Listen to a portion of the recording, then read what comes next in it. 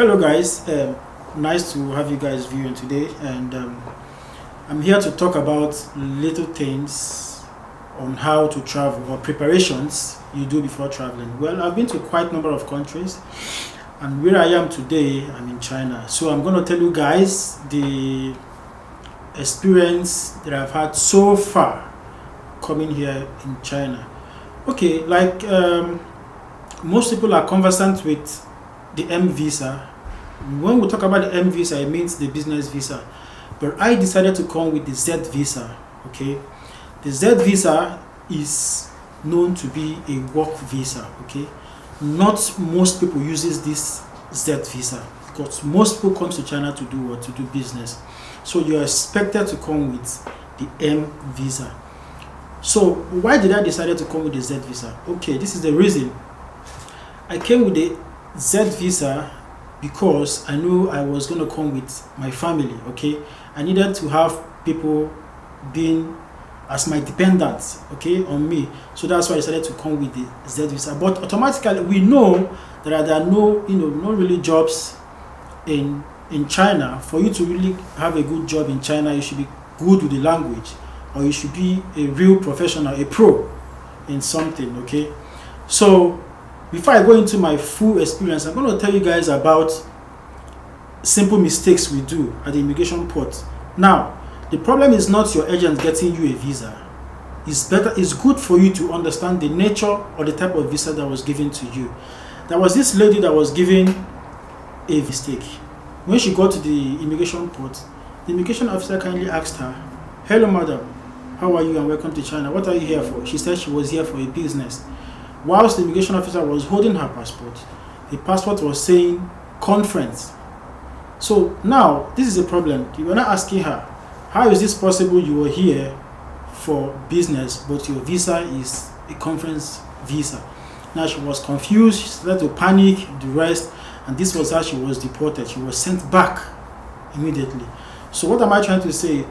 If you're given a visa, try to understand the kind of visa you're giving. Don't just say China is giving visa to everybody. But if you don't understand the visa you're coming with, trust me, you might make a lot of mistakes at the immigration port or port of entry. So coming to me, I know it was going to be tough, but I'm going to tell you guys how all these things went down. So when I got to Gwangju at the airport, I was contemplating because I was with my wife. So I was like, which immigration officer am I going to meet? I asked my wife, should I meet the female, immigration officer? Since I'm a guy, well, I'm good looking. She said, no. I wouldn't know if that was jealousy. But at the end of the day, she said, no. She is going to meet the female immigration officer, that I should go and meet the guy. And the guy was not looking too happy. I was like, I hope this works out. She said, no problem, let's do it, have faith. I said, I have faith, okay. So we went and I greeted the immigration officer. Hello, how are you? He said, it's fine. How is your family? He said, his family is good. He now, asked me, what are you here for? I said, in my head, I didn't know what to say because actually there was no job actually, right? The visa I came with was just work visa. So he asked me, what are you here for? I said, I'm here for a work.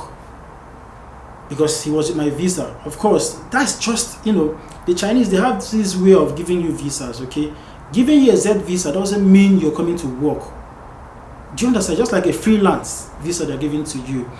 But now the immigration officer knows the original thing I'm here for. They know I'm here for business. But my visa is Z visa. So they asked me, what are you here for? I said, work.